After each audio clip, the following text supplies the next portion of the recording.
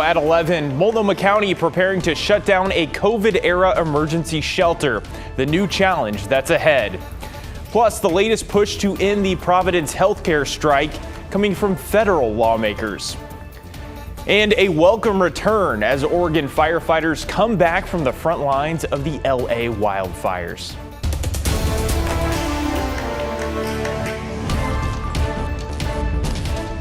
And good evening. Thanks for joining us here at 11. I'm John Adams. Our top story tonight, Multnomah County is tasked with adding more emergency shelter beds after an announcement that a COVID-era shelter in Old Town will close in early spring. But a solution could be found at a facility already offering beds for people in need. The needs for the beds have never been greater than they are today. Alan Evans is the president and founder of Helping Hands Outreach Centers. The centers shelter around 600 people across 5 area counties. One is Bybee Lake's Hope Center in North Portland.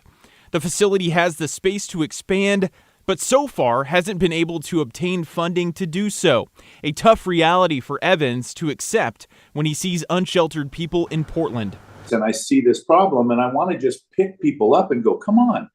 But behind that, we have to be staffed to be able to do that correctly. But 100 additional beds at Bybee Lakes may soon be funded. Evans is in discussions with Multnomah County to make that happen, with a shelter in Old Town set to close in March. Well, it was a pandemic-era shelter. It was always designed to be temporary. Dan Field, director of the Joint Office of Homeless Services, says the shelter located at Portland's former Greyhound station isn't a viable long-term option due to the condition of the building. That's why the Joint Office is now looking to Bybee Lakes for a possible expansion. The entities already have a partnership, with the Joint Office currently funding 175 beds there. What we've been doing is sitting there going, okay, look, here's what the cost is. Here's how we can provide this service. And let's figure out ways that we can fund that so we can help these people because they need help right now. Field acknowledges that a long-term solution to the area's homeless problem will only come with more permanent housing being built, but says shelter space must be in place as a stopgap. And we don't have enough housing for people. So we need emergency shelter as an interim solution until we can build and retain enough housing for everybody. All right, turning now to weather and taking a look outside. A clear, cool evening out there. Our January started off with your typical winter weather pattern, but the last 2 weeks have been clear, dry, and very cold overnight. Meteorologist Joe Ranieri is here to let us know what to expect on our Sunday. Hey, Joe. Hey there, John. It's going to be clear, cold, and dry. The forecast really hasn't changed for the last 13 days, and you have to go back to January 7th, I believe, was the day where we saw a measurable amount of rain. And yeah, we're not going to be seeing any threat of any raindrops over the next few days. What we are going to be seeing, though, is another round of cold air late tonight and into tomorrow morning. Sherwood, temperature of 28 degrees, Forest Grove, 32 degrees. These are relatively comfortable temperatures right now because heading into the overnight hours, we're going to be seeing some very cold conditions out there. So we do have kind of a weather impact alert for a few hours. Basically, after midnight, our temperatures are going to gradually drop by a few degrees. So by midnight, 35 degrees, but a lot of us will be waking up to temperatures in the upper 20s. So it's basically going to be tonight through tomorrow morning, right around 10 o'clock in the morning is where that impact is going to be, not just throughout the metro area, but throughout much of the west side of the state. Cold temperatures anywhere from the low 20s to the upper 20s, widespread frost, so there could be some areas of slippery roads as well as some sidewalks. That white color you see is a cold weather warning throughout much of the west side of the state. Meanwhile, the yellow color you see behind me, John, is an air quality alert throughout the east side of the state. I'll talk more about your detailed forecast in just a few minutes. I am tracking some changes, so I will be able to talk about potential rain in a few days. That's more to come. All right, Joe, thank you. See you then.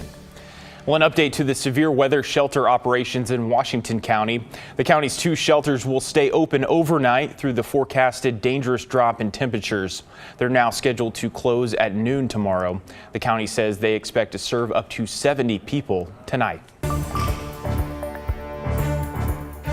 As the Providence strike heads into its third week, Oregon's congressional delegation is putting pressure on both sides to come to an agreement.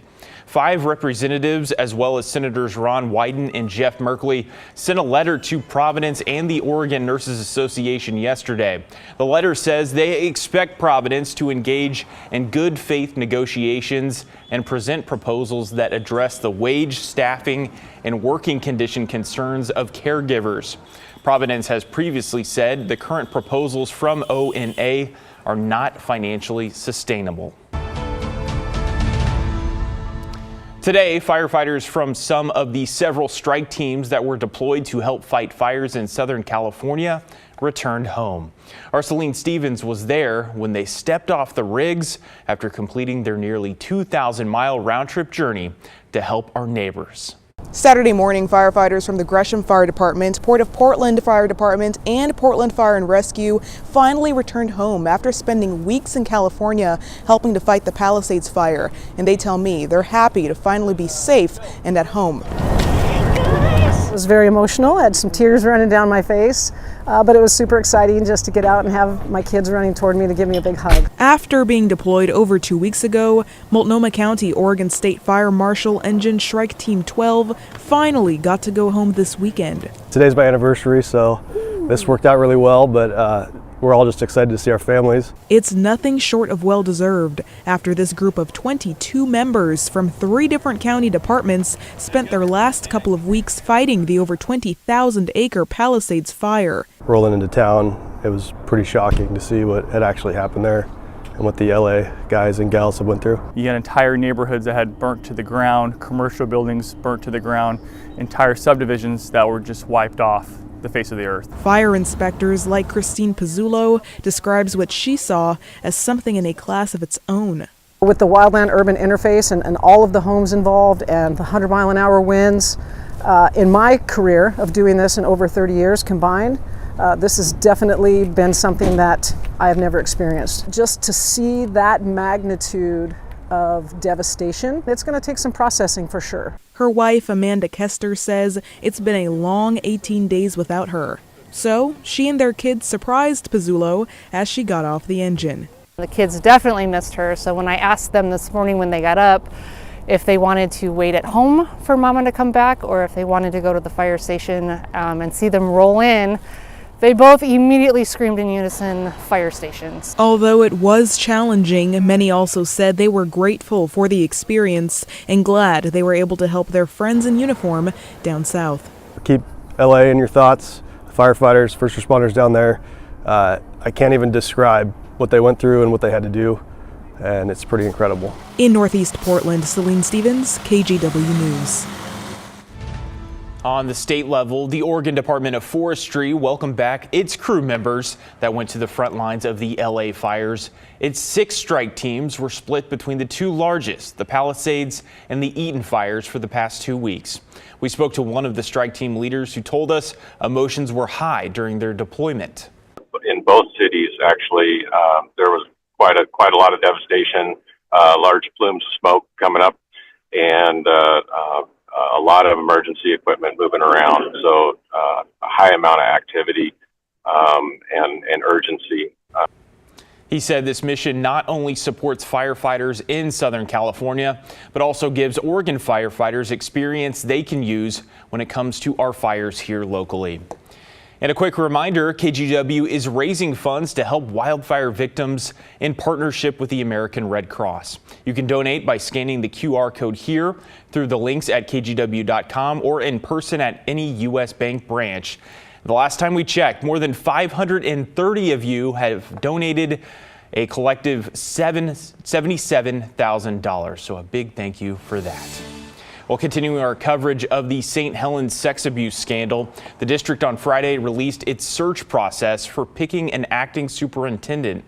It began on the 15th, with the board of directors set to interview finalists on Wednesday the 29th and announce their pick shortly after that. The acting superintendent's first day on the job is planned to be the first Monday of February. Their job focus will be executing the district's corrective action plan, as well as the budget and program planning for the 25-26 school year. New at 11, Congresswoman Janelle Bynum hosted a district swearing-in ceremony at OSU Cascades in Bend today. Many dignitaries were in attendance, including newly elected state lawmakers, as well as Bend's mayor and city council. After the ceremony, Bynum discussed the goals she set for Oregon this year. This is really, to me, about costs and jobs. So bringing down the cost of housing, bringing down the cost of insurance, bringing down the cost of education, bringing down the cost of health care.